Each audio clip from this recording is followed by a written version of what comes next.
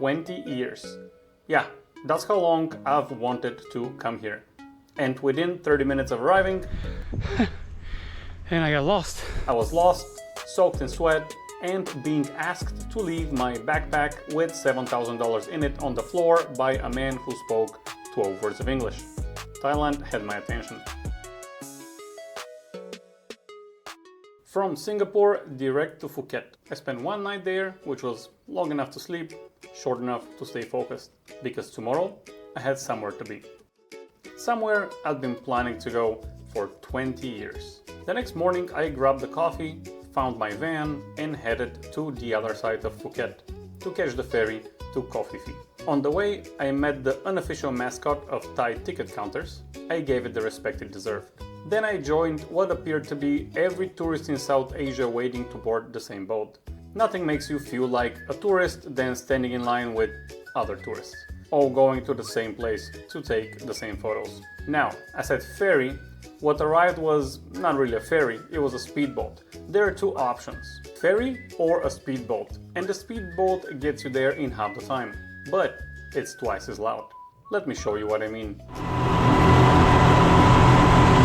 Under 2 hours later, we stepped onto Coffee Phi Don, and the first thing we saw was Burger King.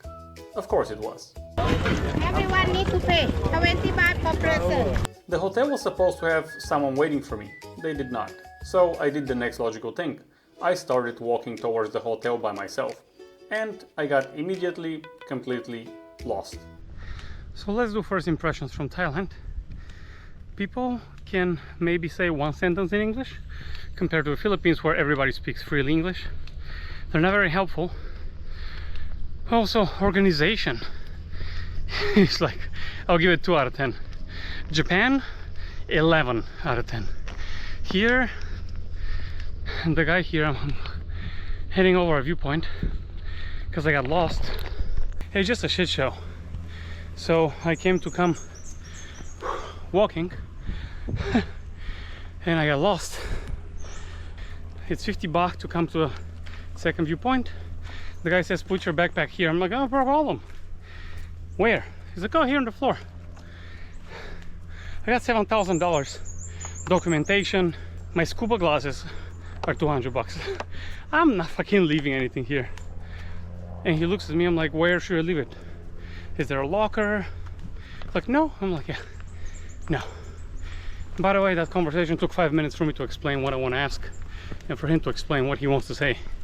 It's just very odd, considering the only way this island makes money is tourism. It's what it is. Like I said, compared to the Philippines, everybody speaks English, so it's way better. All right, let's go to the top. Almost there.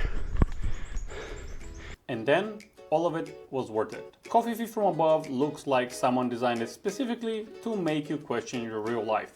2 beaches on either side, turquoise water in every direction, limestone cliffs straight out of a painting. I decided right there I would not let a difficult first hour ruin a destination I've wanted to visit for 2 decades. People will sometimes make or break your vacation, but the place is still the place. Don't confuse the two. So after a bit of a detour, found a way. Do not trust your GPS 100%. Sometimes stop it and start it again, so you can kind of see accurately where you're at. But at least I got to the viewpoint. I also wanted to take a video of those people behind me who the woman's walking with a purse. The guy has 2 huge suitcases. Kings, don't you ever let yourself be in a situation where you gotta carry 99% of the relationship. So I found the room. Here's the aftermath of the hiking. That's the shirt, and that's the sweat from the shirt. Pants are also soaked. However, you want to live like a local, which I don't mind. This room has only a fan. The view is not that bad actually. I'll show you outside. The ocean's right there. So let's go down, get a massage, and see what else I'm going to do tomorrow. I definitely want to go to Maya Bay, which I came for. I'm going to go twice at least. Oh, it is a bit far, but why I got the place far is I read a lot of reviews that if you're kind of near the downtown area, It's so much bars and like music noise that you cannot sleep. So I'm like, okay, I'm not into the bar scene. I'm gonna get something far, but I didn't know it's that much uphill. In the afternoon, the tide drops significantly. So a lot more beachfront opens up, and the locals use it for football every day. This right there is my favorite kind of travel moment. Not a tourist attraction, just life. Before I head home, I just want to share something with you. So if you see those people, I feel so bad for them because they have a lot of luggage and they have to carry it all the way to the longboat. It's low tide, it's pretty far, it's a lot of luggage, guys. And how I started this channel, the original name of this channel was One Backpack Travel, because I was planning to just take this and hit the road. And every time I see people packing the shit out of their house just so they can go somewhere for 3 days or 5 days or a week, not even use 70% of what they took, but just in case, it was just laughable to me. So don't overpack. There is enough videos, maybe I'll do some in the future. There's enough videos telling you what to pack and what not to pack. If you forgot socks, they sell them here. If you forgot toothbrush, they sell it here. Pretty much everything you forget, they sell anywhere you go. So that's just last thing I want to share before we go wake up 5:30 tomorrow so we can go to Maya Bay at 6:30. All right, bye for today.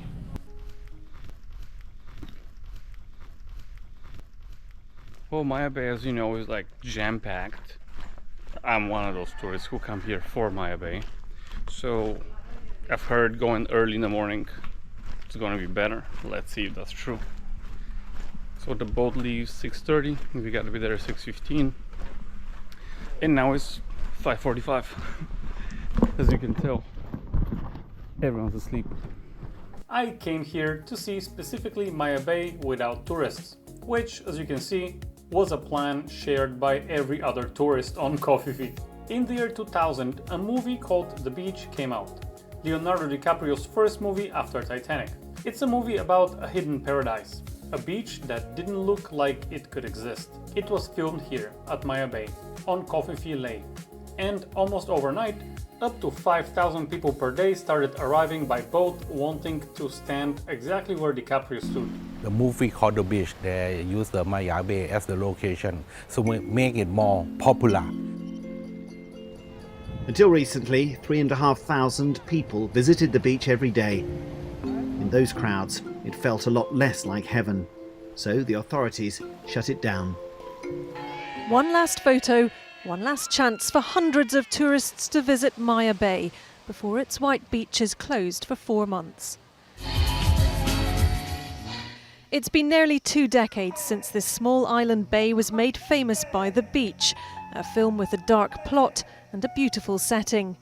Since then, a daily flotilla of tourist boats have brought thousands of visitors, all in search of an unspoiled Thai paradise. Most of them instead leaving with a collection of selfies on a less than deserted beach. The beach is being put out of bounds to give its coral reef and sea life a chance to recover after years of unrestricted tourism. Why? Well, because of irresponsible tourists. Because the coral was gone, the beach was eroding, and the sharks, the blacktip reef sharks that use this bay as a nursery, disappeared. After only 3 months of closure, the blacktip sharks came back. Nature doesn't need much, just a chance. The bay now has one entrance point, the platform at the back of the island. No boats inside the bay, controlled access, and a proper boardwalk. And standing at the gate, waiting for it to open, every single person who had the same idea as me came early to beat the crowds. Ironic.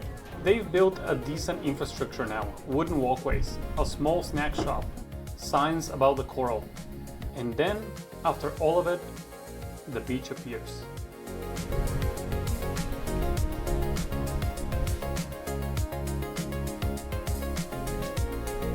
So here we are, Maya Bay, and I have to be honest with you. We got here early. Even if you come at 5 a.m. on a private boat, the beach opens at 7, and at 7 in the morning the sun is still behind those cliffs. No light. The water looks flat. The colors just aren't there. But even now, I think I could live here for a week. We left after about an hour, and just as we pulled away from the island, the sun crested the cliffs. The water turned blue, properly, impossibly blue. I made a note to come back, and come back I will, on another day, but in the afternoon. The tour continued with a snorkeling stop, and underwater, a few things I'd never seen before. A pink jellyfish, everywhere. These are from the Pelagidae family, seasonally common in the waters around Fifi. Venomous, but not lethal. If you get stung, vinegar helps. Don't touch them. They are, however, extraordinarily beautiful. The ocean keeps doing this to me, showing me things I did not know existed. And then, a sepia, a cuttlefish, with her young. I want you to understand something about cuttlefish. They can change color in milliseconds. They have 3 hearts, and their pupils are shaped like the letter W, to see in nearly every direction at once. This was such a sight to see. The more you travel underwater, the more you realize how little of the world exists above the surface. And the more the sun rose, the better the water looked. Blue becoming bluer, clear becoming clearer. The Andaman Sea in the morning light is one of the most beautiful things I've ever seen. And last stop, Monkey Beach. Very small, very well named. Yeah, on Monkey Beach, the monkeys were doing some monkey business. I'll leave it at that. I love it.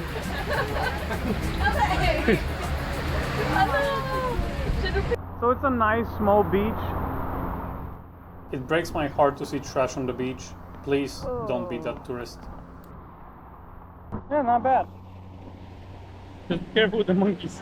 Oh, baby one! Remember yesterday the locals were playing football right here? Look at it now. High tide, same beach, completely different place. That's the thing about islands. They change their mind every 12 hours. It was time for me to stop for coffee and some local pancakes. The food here is delicious. Then I went back to the hotel because I started to get extremely hot and had some videos to edit. Also, the pool. In the evening the beach transformed again. A fire show. Music, lights on the water, and a fire show. If you came to Koh Phi for a party, you came to the right place. The next day, scuba diving, directly from Maya Bay, which is something I didn't think was going to be possible. It was. I also booked the afternoon tour back to Maya Bay. I told you I was coming back. But this time, the light was completely different. And when we rounded the corner into the bay, there it was. 5 times more tourists than the morning visit. And completely worth it. The colors, you can see them for yourself.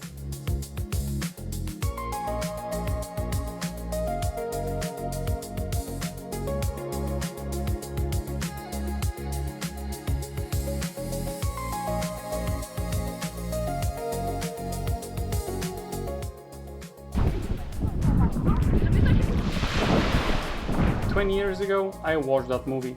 I didn't believe I would ever actually be here. I was wrong. One important note, you are not allowed to swim here. Knee deep maximum. The coral is recovering. The sharks are back. It's fragile. This person just decided that rules didn't apply to them. Don't be like this person. Please. In the movie, there is a beach the characters swim from to reach the secret island. I spent the afternoon trying to find it. I hiked a local boat just to go around the corner to another beach that I think it's the right one. And honestly, I think I found it. I'm trying to locate the place where this scene happened because the beach is right there, but I'm trying to locate where exactly. But it seems like this is kind of the spot. So I'm gonna grab a drink from the bar next door and enjoy the spot. Alright, after my banana colada, I'm heading to the viewpoint to see the sunset. The big question that everybody maybe is asking themselves is it worth it visiting Maya Bay? Mostly for you who watched the movie and it's kind of a dream of yours. For me it was a dream for 23 years, so I never thought I would achieve it. Yes, it was worth it for me because I have a emotional connection to this place, if you will. However, for those of you who haven't seen the movie and just want to go on somewhere somewhere in a nice place to visit. If you're closer to the Caribbean, please go to the Caribbean. If not, go to the Philippines. Basically, I'm trying to tell you, for you, it would not be worth it. I don't think it's gonna be worth it. Almost an hour of climbing, and I have to get a coconut at the top. I deserve it. And then all we had to do is wait for the sun to start dropping behind the horizon. Was Maya Bay worth it? Yes. The prices are similar to the US, so budget for that. What do you get for the price? Limestone cliffs, turquoise water, and a beach that changed cinema forever. For me, it was worth it because you can't put a number on a 20-year dream. It was time to leave. I had my last coffee on Coffee Fee at the Burger King I saw when I arrived. Full circle. One practical tip before I go. From Coffee Fee, you can buy not just your ferry back to Phuket, but also your connecting bus or van to wherever you're going next. Book it at the pier. Saves you time on the other side. The ferry back to Phuket had its share of, how do I call them, idiot tourists. Please do not be like them. I say this with love. And then the island was gone. Some places live in your head before you even visit them. Maya Bay was that place for me. The reality was better than the dream, and that almost never happens.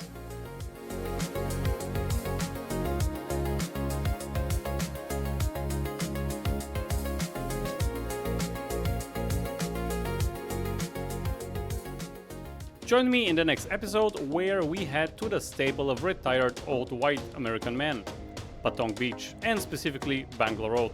Then we try a soup simmering for over 50 years in Bangkok, ride like a local, discover Starbucks Reserve, whatever that means, and fulfill another dream of mine.